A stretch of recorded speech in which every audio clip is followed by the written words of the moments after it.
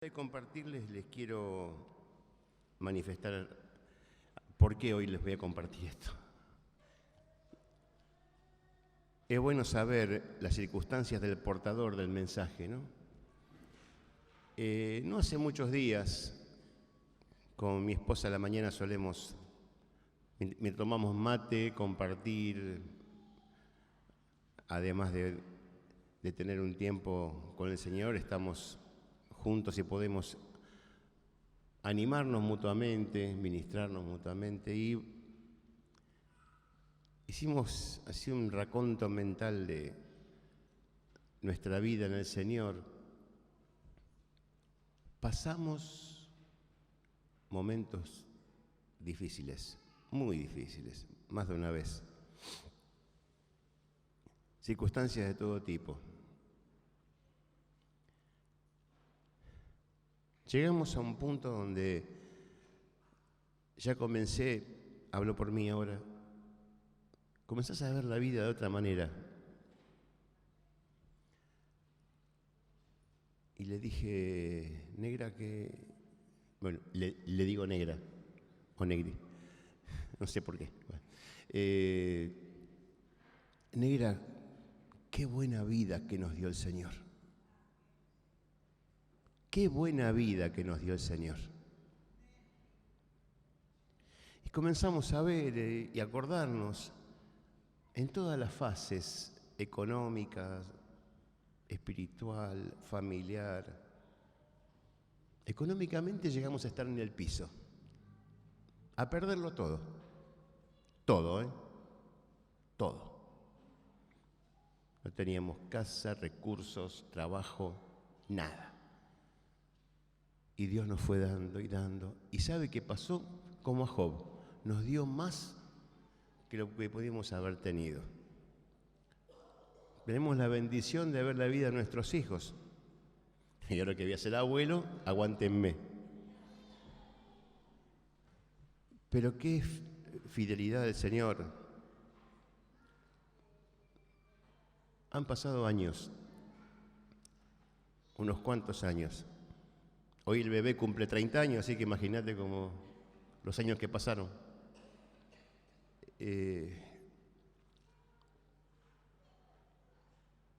Pero tómate tu tiempo y fíjate en eso. Vas a ver que en un punto te vas a plantar y vas a decir, qué buena vida me dio el Señor. Qué buena vida. Amén.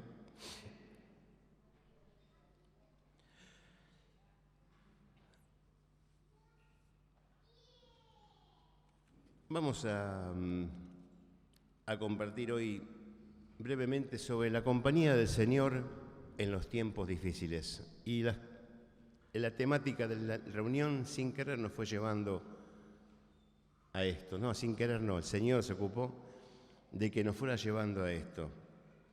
El Salmo 91, los últimos versículos, dice, desde el 14 al 16, por cuanto en mí ha puesto su amor, yo también le libraré, le pondré en alto por cuanto ha conocido mi nombre. Me invocará y yo le responderé. Con él estaré yo en la angustia, lo libraré y le glorificaré.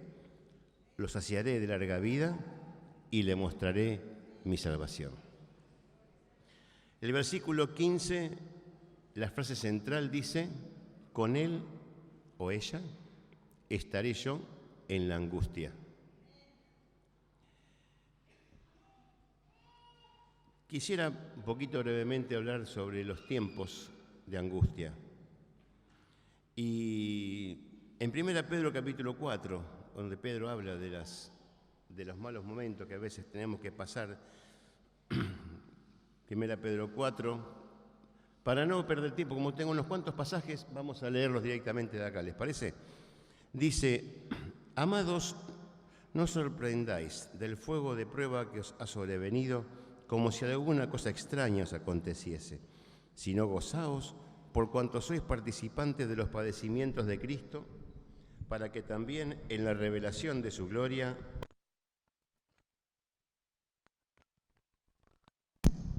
fui yo, os gocéis con gran alegría. Si sois vituperados por el nombre de Cristo, sois bienaventurados porque Él es glorioso, por el glorioso Espíritu que reposa sobre vosotros. Ciertamente de parte de ellos, Él es blasfemado, pero por vosotros es glorificado.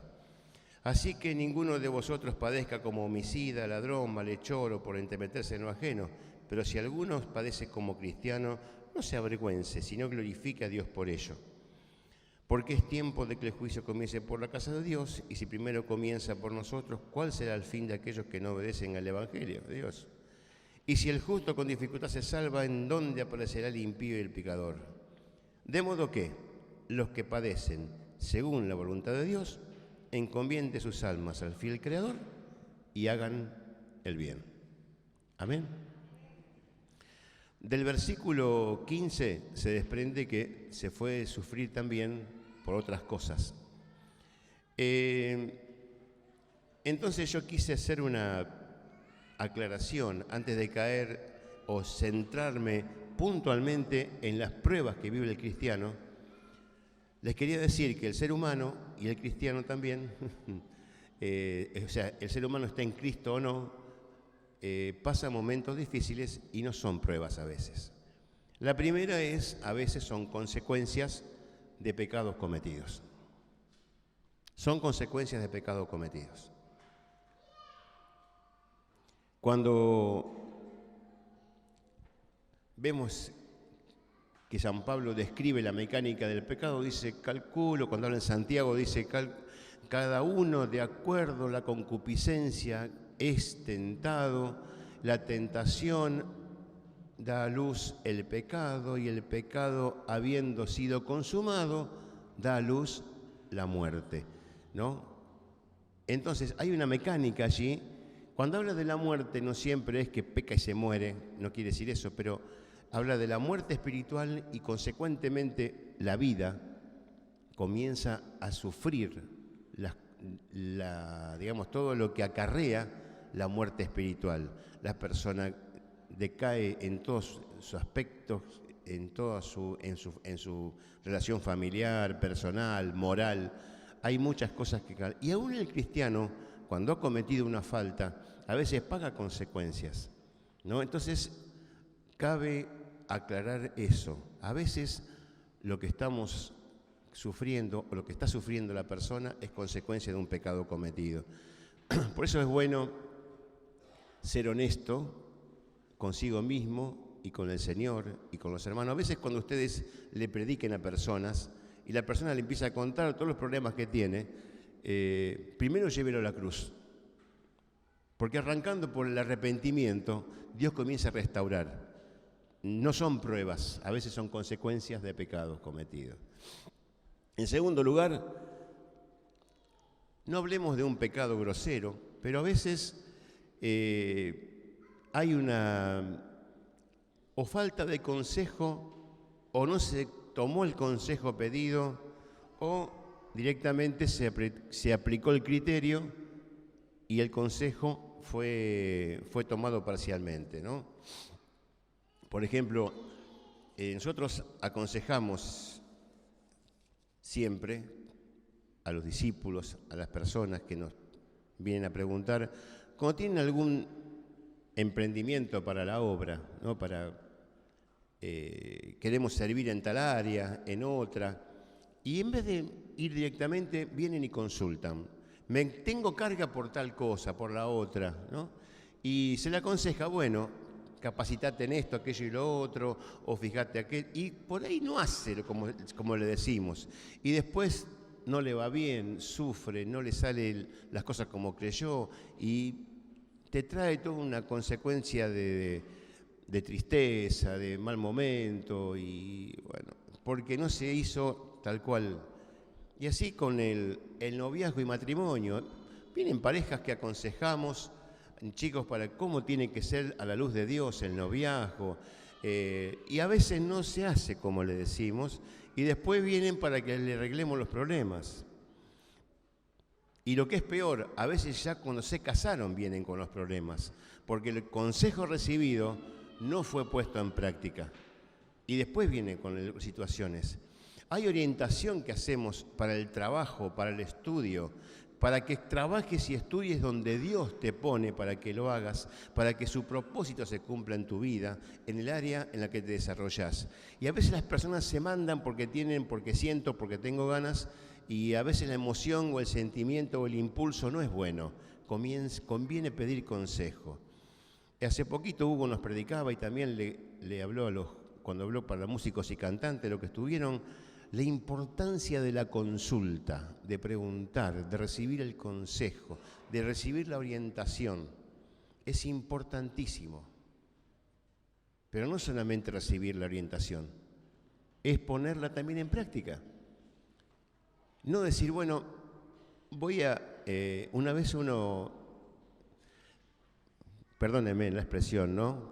Me daban ganas de ahorcarlo cuando me lo decía. Pero me subí de vuelta a la cruz y dije, no, Señor, muere en mí. Pero cuando le dije, pero yo no te dije que hicieras así, así, así. Ah, no, yo hice como dice la palabra, que examine todo y retenga lo bueno. ¿Me entendió, no? Yo estaba aconsejando a la luz de la palabra y él me dijo, examiné todo y retuve lo bueno. ¿Qué era lo bueno? Lo que le gustó, lo que le pareció bien y lo que no. Entonces, eso no es. El consejo es para ponerlo en práctica. La opinión se toma en cuenta, pero no, si se viene a pedir consejo, no es una opinión. El consejo es para ponerlo en práctica. ¿Amén? ¿Cuántos creen como yo esto? ¿Verdad? El consejo es para ponerlo en práctica. Sobre la crianza de los hijos, ¿no? A veces hay problemas y a veces converso con papás jóvenes porque tienen situaciones aún con la propia familia, cuando corrigen a los chicos, cuando le ponen límites. Y he tenido que poder llevarlos a la palabra y poder fortalecerlos en lo que han recibido, porque a veces hay otros familiares y aún estando en el Señor que no hacen las cosas como tienen que ser, después los chicos no se portan o no les resulta como tendría que ser. Entonces, el consejo también allí. Y el tratamiento de problemas en el hogar o en diferentes circunstancias que van emergiendo en la vida. O sea, todo esto, vale aclarar, son todas aquellas cosas en las que se pidió un consejo o se aconseja públicamente la congregación de acuerdo a la palabra de Dios, no se pone en práctica, se pone en práctica parcial o según su criterio. Y la consecuencia son después problemas, circunstancias, sufrimientos, cosas que le traen mucho dolor al corazón, sobre todo cuando se trata de los hijos, cuando se trata de la familia y otras cosas más. Después hay dolor en el corazón. Eso no es una prueba del Señor. Eso no es una prueba del Señor. Eso es una consecuencia de no poner en práctica lo que el Señor nos enseña. En Efesios 4:16 dice que el cuerpo va teniendo su crecimiento según la actividad, se va edificando en amor, unido y concertado entre sí por las coyunturas que se ayudan mutuamente. Hemos sido formados, hemos sido enseñados en estar bien relacionados con el cuerpo. La coyuntura es una articulación. La articulación no anda en parte. ¿Qué pasa? A ver lo que tienen problemas de rodilla, de hombro, de codo. Cuando la articulación no anda completa, ¿qué pasa? ¿No? ¿Alguien tuvo problemas de menisco por acá? ¿Te acordás, Alan? ¿Qué te pasaba con la pata cuando no andaba bien? Una vez pegó una media vuelta, pobre, sentado estaba, ¿te acordás? Una media vuelta y la pierna no se movió más. ¿Por qué? Porque la articulación, la coyuntura, dejó de funcionar como correspondía. La relación de la coyuntura es plena. Es plena. Si la relación no es plena, no funciona. Y estamos unidos entre nosotros por las coyunturas que nos unen al cuerpo. la persona con quien abrimos el corazón, nuestro responsable del grupo casero, nuestros pastores, nuestros maestros, nuestras enseñanzas. Esa es la coyuntura, ese es el funcionamiento. Y cuando la relación no es ida y vuelta como corresponde, no funciona la coyuntura y el miembro se enferma. Y el miembro no funciona, el miembro se deteriora, el miembro se atrofia. ¿Qué es atrofiarse? Pierde su forma original, se deforma. La articulación, la coyuntura tiene que funcionar plenamente. Entonces estamos acoyuntados al cuerpo y allí recibimos el crecimiento. Cuando hacemos este tipo de cosas como hablábamos recién, son las ocasiones donde funcionan mal las coyunturas. Está mal enganchado el cuerpo. Y hay problemas. Tiene que ser plena la relación. Pero sí, una vez aclarado esto, vengo, ahora sí, hablamos de las pruebas. Pedro fue un hombre que estaba recapacitado en esto, en sufrir, en pasar por ser cristiano. Era una época encima donde la persecución era tan cruel, tan salvaje, donde los cristianos eran muertos de maneras muy crueles y ofrendaban la vida por el Señor, pero a veces no es que los mataban, a veces sufrían mucho. Otros sufrían persecuciones, tribulaciones y muchas cosas. Y él anima a la iglesia, Pedro anima a la iglesia, le dice... En el capítulo 4, versículo el 12, dice, no se sorprenda del fuego de prueba. No se sorprenda como si alguna cosa extraña pasara, sino gozaos por cuanto sos participantes. Y aquí quiero detenerme. No es fácil hablar de gozo. No es fácil hablar de gozo y de pruebas al mismo tiempo, ¿no? Es como que... ¿no? Si hablo de estufa, no hablo de frío. ¿De qué hablo? De calor. La estufa produce calor. Si pongo un ventilador, un aire acondicionado, produce frío. Si hablo de una prueba, generalmente produce dolor.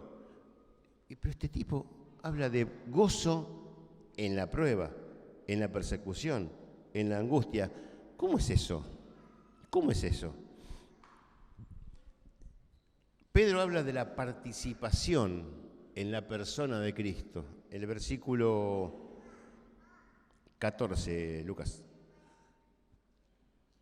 Porque el Espíritu de Dios reposa sobre vosotros.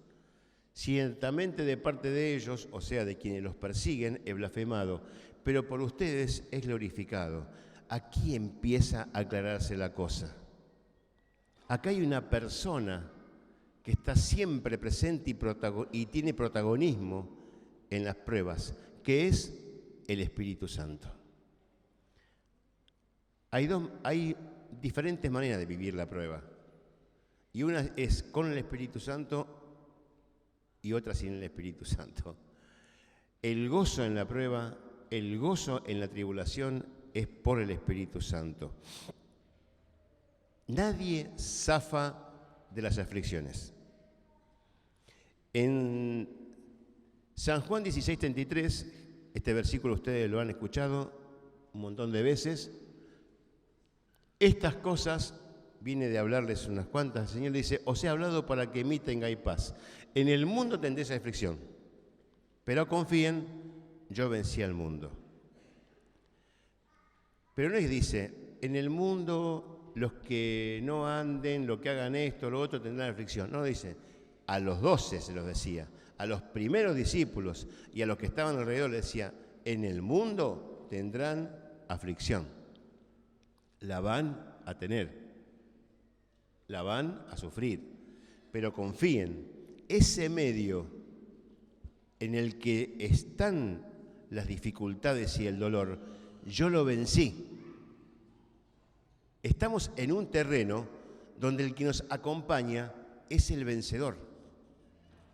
¿Amén? ¿Me siguen hasta ahí?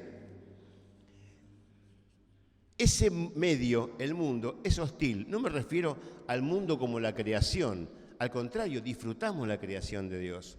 Hablamos el mundo como la sociedad, la gente, lo que el hombre y la mujer, a partir de Eva en adelante y de su pecado, convirtieron a la humanidad. Ese es el mundo del cual, y el espíritu de este mundo, gobernado por el príncipe de las tinieblas, se convierte en un medio hostil para el cristiano.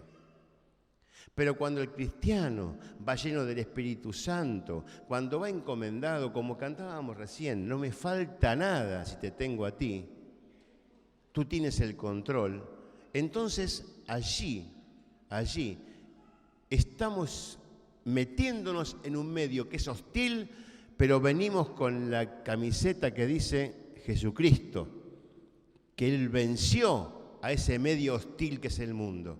O sea, vos venís en nombre y guiado por el que venció a ese mundo hostil que te ocasiona todos los dolores, las dificultades. Amén. Entonces, de allí comienza el efecto en mi corazón de lo que Pedro nos quiere decir cuando dice: tengan gozo en las pruebas. En San Juan 17, Jesús le dejó claro que el mundo no nos quiere. ¿Le quedan dudas a usted de que el mundo no quiere a los que son de Cristo? Este tipo de mundo, olvídense, la sociedad que está sin Dios no quiere. En el versículo 11 y 12 decía: guárdalo así, en resumen, ¿no? Guárdalos, Señor, para que sean uno. Guárdalos del mundo, para que sean uno. El 14 dice: el mundo los aborreció, los despreció. El 15 dice: no te pido que los saques del mundo, pero sí que los guardes del mal. Él era consciente, Señor, que nos mandaba un medio hostil, pero no te pido que los saques del mundo, guardalos del mal. El 16, no somos del mundo, porque no son del mundo como tampoco yo soy del mundo, decía el Señor. Y 21 y 23, para que el mundo, que sean uno, para que el mundo crea que tú me enviaste. Y el 23, para que sean perfectos en unidad, para que el mundo conozca que tú me enviaste. El mundo es un medio hostil. Y los que creemos, los que tenemos nuestra vida en el Señor, el mundo no nos va a querer. Así que el mundo te va a traer aflicciones. ¿Cómo termina esta idea? ¿Cómo se cierra? En 1 Pedro capítulo 1,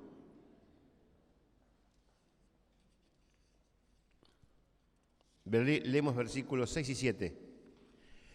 Antes de leer esto, los versículos anteriores no están puestos, pero es donde San Pablo le hablaba de que tenemos nuestra firme esperanza de recibir la herencia incorruptible, incontaminada e inmarcesible, que no se marchita en los cielos para nosotros. Y vuelve a hablar del gozo en el transcurso de las mismas, el gozo por la presencia del Espíritu Santo. Entonces allí dice esto: en lo cual vosotros os alegráis de recibir toda esa herencia, aunque por un poco de tiempo, si es necesario, tengáis que ser afligidos en diversas pruebas. El 7, para que sometida a prueba vuestra fe, mucho más preciosa que el oro, el cual, aunque perecedero se pruebe con fuego, sea hallada en alabanza, gloria y honra cuando sea manifestado Jesucristo. Amén. Y aquí vamos entendiendo la cosa. Para que nuestra fe sea aprobada. ¿Vieron cuál es la diferencia? En el primero, consecuencia del pecado. En el segundo que dijimos, era consecuencia de no seguir el consejo. Acá no es consecuencia de nada. Acá es para que tu fe sea aprobada y sea hallada en victoria. Entonces, tenelo por gozo cuando estás pasando pruebas. Y Santiago, capítulo 1, 12, 3, dice: tengan por sumo gozo cuando andas en diversas pruebas. O sea, el rango de las pruebas puede ser muy grande. Muy grande. ¿Cuántos han vivido problemas o pruebas en su salud?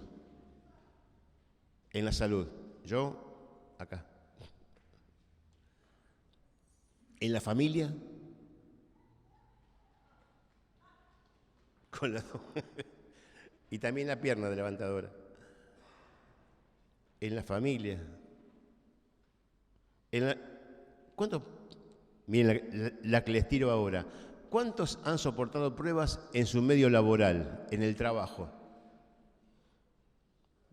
¿El resto nadie pasó problemas en el trabajo? ¿Dónde trabaja? ¿Se puede tirar un currículum ahí? ¿Se puede tirar ahí? Sí, porque si no pasó nada. Chicos, en la facultad, ¿ninguno tuvo problema? ¿Ninguno pasó prueba en la facultad? No pruebas para ver si estudió. Pruebas a nivel, y más con todo el tema de la moralidad que está viviendo la Argentina, ¿no? Y así entre los medios en que uno se mueve, en los medios educativos, en situaciones diversas que pasamos, es probada nuestra fe. Tenemos toda esa presencia hostil que tiene el mundo y somos presionados y a veces nos quieren perjudicar y a veces sufrimos persecución y malos tratos, a veces dentro del seno de la familia, con parientes cercanos, y a veces también pasa que comienza a haber toda una situación incómoda a veces con quienes tenés que vivir cotidianamente, y pasa todo eso. Diversas pruebas, o sea, hay un montón de gama, de temas, de lugares donde vas a poder pasar, pero ahí es donde es probada tu fe. Ahí es donde es probada tu fe. Ahí es donde vos tenés que creer que esto está pasando y mi fe está siendo probada. ¿Qué hago acá entonces? ¿Qué hago acá entonces?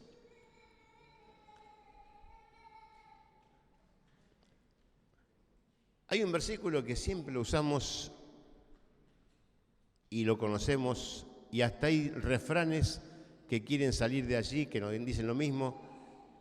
A ver, ¿cuántos saben de memoria Romanos 8:28? No lo pongas todavía. A ver, ¿quién se anima a decirlo de memoria? A ver. A ver. Y sabemos que los que aman a Dios, todas las cosas ayudan a bien. Esto es, que ellos formen su propósito, que conforme a su propósito han sido llamados. Muy bien. Yo me quiero detener un ratito en Romanos 8:28. ¿Lo dejaste ahí? Perfecto.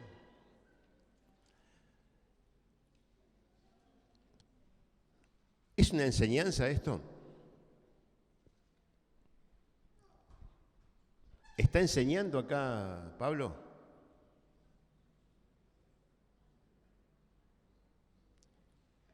Me pescaron que es con trampa la pregunta, ¿no? ¿Cómo comienza el versículo? Y sabemos. Y sabemos. No es que dijo, hermanos, sepan que... No. Y sabemos. Pero para poder entender ese y sabemos, ¿no?, que es muy frecuente en el libro de Romanos, ¿no?, el por tanto, el y sabemos, y Pablo siempre tiene un ganchito para el capítulo que sigue. Les quiero contar, los capítulos y versículos fueron escritos por traductores después. Esto era una carta, como si vos le escribís una carta a la tía Josefa, todo así, de una. Esto era así. Pablo escribió toda una carta, que luego para poder estudiar se dividió en capítulos, versículos. Esto viene del párrafo anterior, que el párrafo anterior es viviendo, no está el versículo, viviendo en el Espíritu. Y habla de todas las características del cristiano que vive en el Espíritu.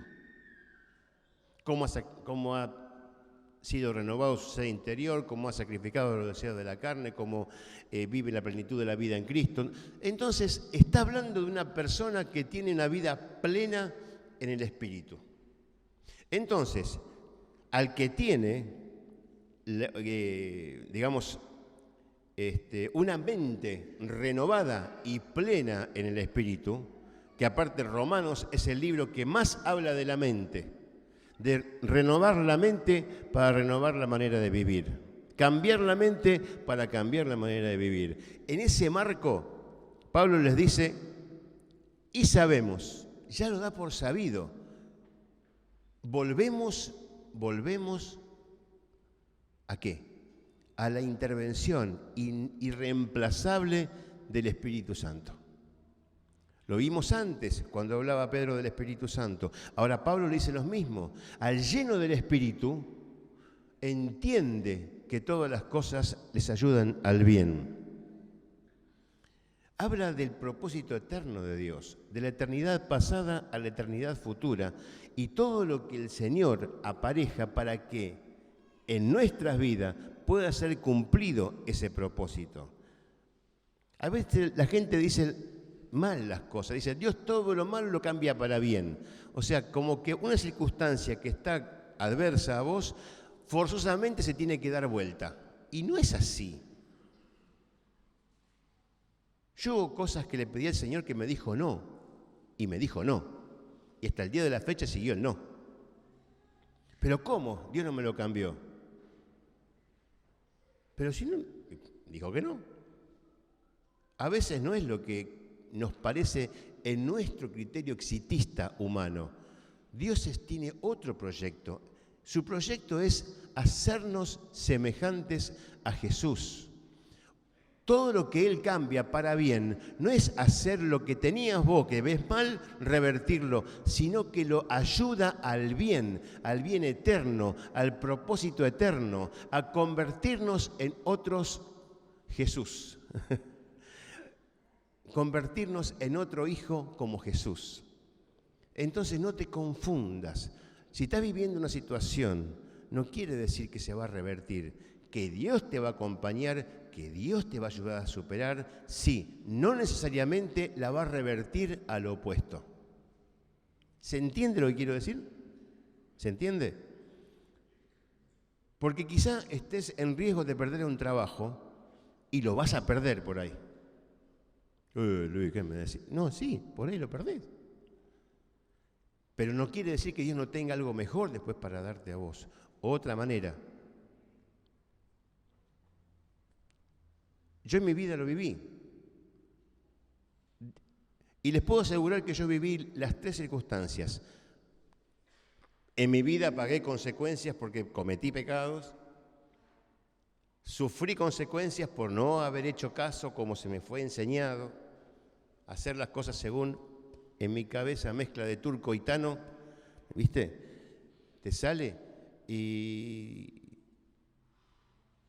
Pero también he pasado circunstancias que digo, ¿qué pasó? Pero siempre te viene, no te sorprendas, tranquilo, deja hablar al Señor. Y el Señor, hay algo que les quiero tirar, esto no estaba acá, pero ahora me vino a la mente. En las circunstancias que viví negativas en mi vida, pasando pruebas, y aún cuando eran consecuencias, ¿no?, de que Dios me estaba corrigiendo, siempre pasaron cosas o circunstancias en las que Dios me decía, tranquilo, estoy con vos. O sea, no me levantaba la disciplina, seguía corrigiéndome, pero pasaban cosas maravillosas y a veces hasta milagrosas que Dios me decía, acá estoy. Por ejemplo, en una oportunidad, en año 95, yo pierdo el trabajo de mi vida por mi propia negligencia. Por mi propia negligencia, yo perdí el mejor trabajo que he tenido en mi vida hasta ese momento. Por consiguiente, ¿qué pasa? Con 3 hijos y sin trabajo, alguno debe saber lo que se siente, ¿no? Chicos en edad escolar. Pero, por ejemplo, una cosa que Dios me mostró. En esos años, pasaron 5 años hasta tener el primer trabajo en blanco de vuelta. Ninguno de mis hijos se enfermó, más que el resfrío, cosas así. No hubo situaciones de salud que tener que andar internando, que operaciones, que accidentes, que circunstancias, que otros hermanos yo los vi y he acompañado en los momentos difíciles. En los 5 años no pasó, y aún después también, no pasó nada. Dios que me decía, te estoy corrigiendo, pero estoy con vos. En un momento dado, a los principios que perdí el trabajo, estábamos a las cenas vacías, sonar el teléfono en casa, llamarnos 2 hermanas y decirnos, ¿podés venir, Luis? Sí. Tenemos esto para vos, no sé qué te está pasando, porque desconocía mi situación, no sé qué está pasando, pero Dios nos dijo que teníamos que darte esto. Y una bolsa grande así, alta de alimentos no perecederos. Dios me decía, te estoy corrigiendo, pero estoy con vos. Pero la escuela la tenés que pasar. Eso era de antes, ¿no? En la prueba también va a pasar algo similar. Vas a seguir pasando el momento de la prueba, pero vas a sentir el brazo de Dios que te abraza y te dice, estoy con vos, te estoy acompañando. ¿Y sabés cómo lo hace? ¿Me entienden? Estás en un cuerpo, estás en un pueblo, estás relacionado, estás con tu hermano, con tu coyuntura, con tu grupo casero, con tus hermanos, con el que orás, y aún tu misma familia. No te aísles, ahí está el secreto. Dios ahí te va a decir, acá estoy. Amén. Muy bien. Cada tanto leo porque por ahí meto la pata. Ahí está. Una de las cosas que es importante tener claro es no estar solo. ¿Eso lo entienden? No estar solo. A mí hay una epopeya bíblica que lamentablemente fue una de las fallas grandes que tuvo David. Cuando David peca con Betsabé, quería que muriera. Primero quería que se haga cargo del hijo Urías. Como Urías no caía en sus redes, le dijo, bueno, mándalo al frente de la batalla. Y en 2 Samuel 11:15, cuando está este versículo que dice, cuando arrecie la batalla, ahí está, cuando en lo más recio de la batalla, retírense de él, o sea, déjenlo solo para que sea herido y muera. David no era ningún sonso, él sabía de batallas. Él sabía muy bien que el que iba al frente, adelante, y lo dejaban solo, como dicen los chicos, era boleta. Sabían que muere. Chao. ¿Por qué? Cuando se avanzaba al frente de batalla, muchos ejércitos tenían la costumbre de armar, los romanos lo hacían bien, porque lo hacían hasta con forma de rombo o de tortuga, le decían. Hacían todo una plancha de escudos, ¿no? Se juntaban todos y hacían todo como una pared de escudos. Entonces iban avanzando, sacaban las lanzas entre medio de los escudos y al que se ponía en el medio le daban. Pero ¿cuál era el secreto?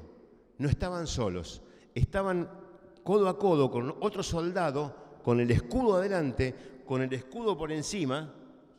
¿Y qué hacían? Hacían como una muralla e iban avanzando.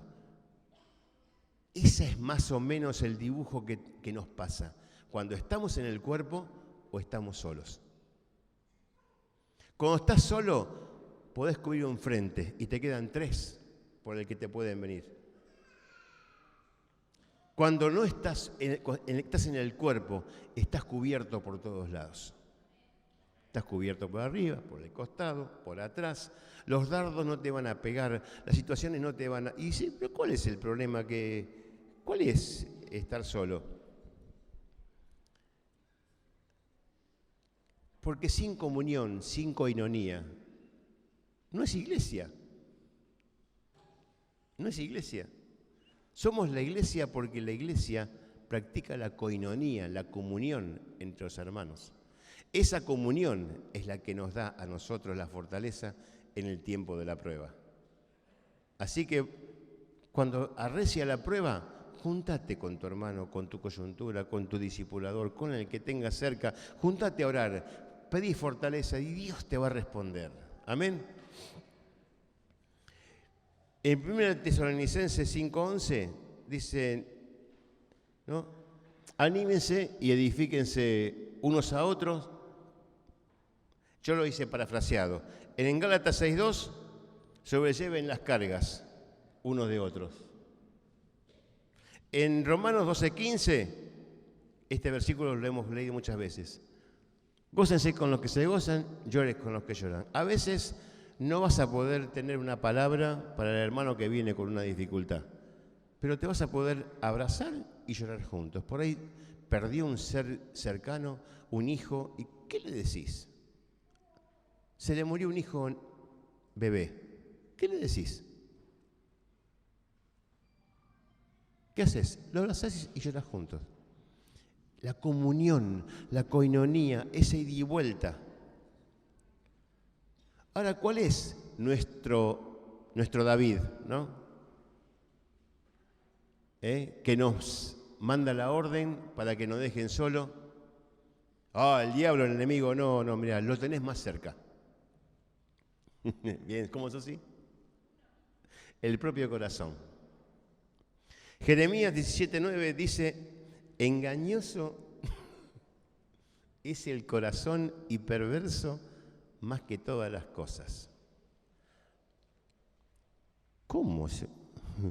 ¿Mi corazón? Sí. El corazón natural. ¿Qué es el corazón? No es que el órgano que bombea sangre. No, como está muy ligado al sistema, se dice el corazón. Pero en realidad son los sentimientos, las emociones. Nuestra naturaleza intelectual y espiritual humana es traicionera. Los sentimientos te mienten.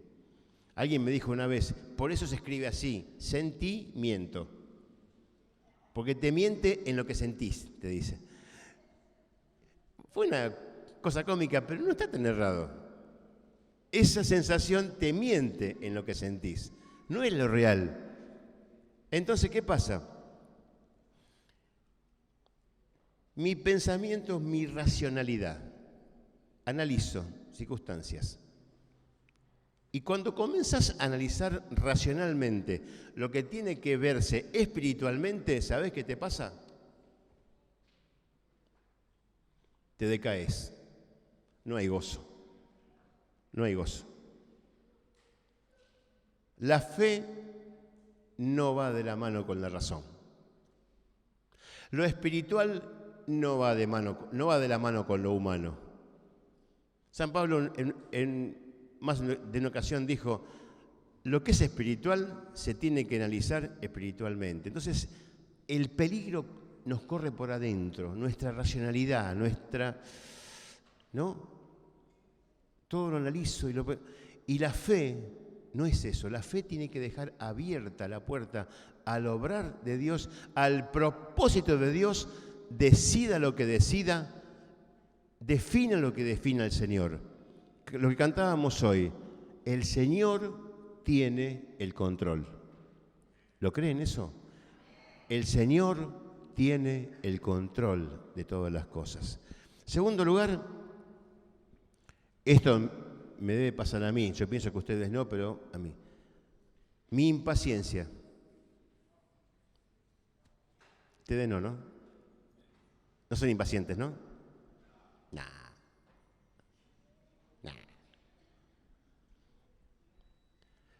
Somos impacientes. Aún los grandes hombres de Dios, Abraham fue impaciente. Bueno, tuvo un poco que ver la mujer, Sara, y le metió y bueno, fue impaciente, se anticipó, quiso buscarle otra vuelta para cumplir la promesa de Dios. Como no llega más, ¿y qué pasó? Se armó la que se armó después. Hasta el día de hoy, los dos pueblos siguen enemistados. Los descendientes de Ismael y los descendientes de Isaac. Hasta el día de la fecha siguen peleándose árabes y judíos. Pero fue impaciente. Y esa impaciencia a veces nos traiciona. Y es cuando volvemos al de arriba, a racionalizar, a pensar, a meter la mano y a, sin querer, comenzar a interrumpir, a estorbar los planes de Dios. Y en tercer lugar, lo que nos mete en nuestra humanidad es la incompatibilidad entre los pensamientos de Dios y nuestros pensamientos. Isaías, ¿qué dice? Porque mis pensamientos no son tus pensamientos, ni mis caminos tus caminos, dice el Señor. Porque como son altos los cielos de la tierra, así de altos son mis pensamientos con respecto a los... Entonces, es incompatible el pensamiento humano con el de Dios. Entonces, ahí se me comienza a generar la crisis. Ahora, con todo esto, uno se siente, ¿y ahora qué hago? Dios debe estar enojado conmigo por todas las cosas. No. Hebreos 4, 14 y 15. Por tanto, teniendo un gran sumo sacerdote que traspasó los cielos, Jesús el Hijo de Dios, retengamos nuestra profesión, el 15, porque no tenemos un sumo sacerdote que no pueda compadecerse de nuestras debilidades, sino que uno que fue tentado en todo según nuestra semejanza, pero sin pecado. Que el Señor haya sido sin pecado no quiere decir que no las pasó. Todo lo que pasemos nosotros como seres humanos, el Señor lo conoce como hombre, como ser humano. Él tomó forma de hombre. Filipenses dice, se humilló a sí mismo, no fue humillado, se humilló a sí mismo, tomando condición de hombre. Y vivió todo, él lloró, tuvo momentos de buen humor. Si alguno lo quiere saber, me pregunta después que se los cuento. Hay un par de episodios en los evangelios que él tiene buen humor. Cuando le preguntan por qué, ¿con qué autoridad enseñás? ¿Se acuerda? ¿Con qué autoridad enseñás? Y le dijo, primero respóndame algo, ¿el bautismo de Juan es de los hombres o de Dios? Y se quedaron, ¿no? Y si le decimos esto nos van a comer el hígado, y si nos decimos, no te podemos contestar, yo tampoco le puedo contestar. Y se quedaron. Para mí fue un rasgo de buen humor que tuvo el Señor allí, ¿viste? Él tuvo buen humor también. Se enojó en el templo cuando revolvió a todos los vendedores. O sea, él tuvo cosas de humano, pero sin pecado. Te entiende el Señor, te entiende que seas impaciente, te entiende que te pongas mal, te entiende que estés flojo, te entiende que te debilites, te entiende que los pensamientos te agobien porque no son compatibles con sus caminos, porque somos humanos. ¿Sabés por qué Dios sabe que sos humano? Y porque Él te creó, te hizo así como sos. Y Él te comprende, te entiende.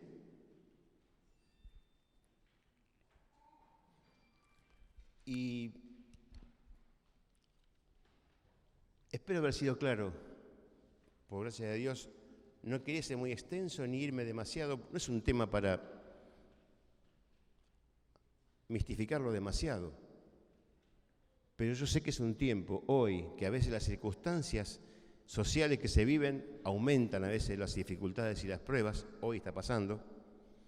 Entonces yo querría que en esta mañana tengamos un buen tiempo ahora. No me quiero extender. ¿Vamos bien con la hora? Sí. Son 12 menos 25. Menos 20. Por lo menos tener unos 10 minutitos. Yo querría que hoy nadie se vaya a su casa y que esté pasando momentos difíciles de cualquier categoría de esta que hablamos, sin ser ministrado por el cuerpo de Cristo. Si es una situación muy delicada y quiere hablar con alguno de los pastores, hágalo. Pero si está pasando pruebas, dificultades, dolor, angustias, yo me gustaría que otros que le estén rodeando y estén orando, le estén abrazando, le estén dando su amor, dando de parte de Dios lo que el Señor les ponga en el corazón.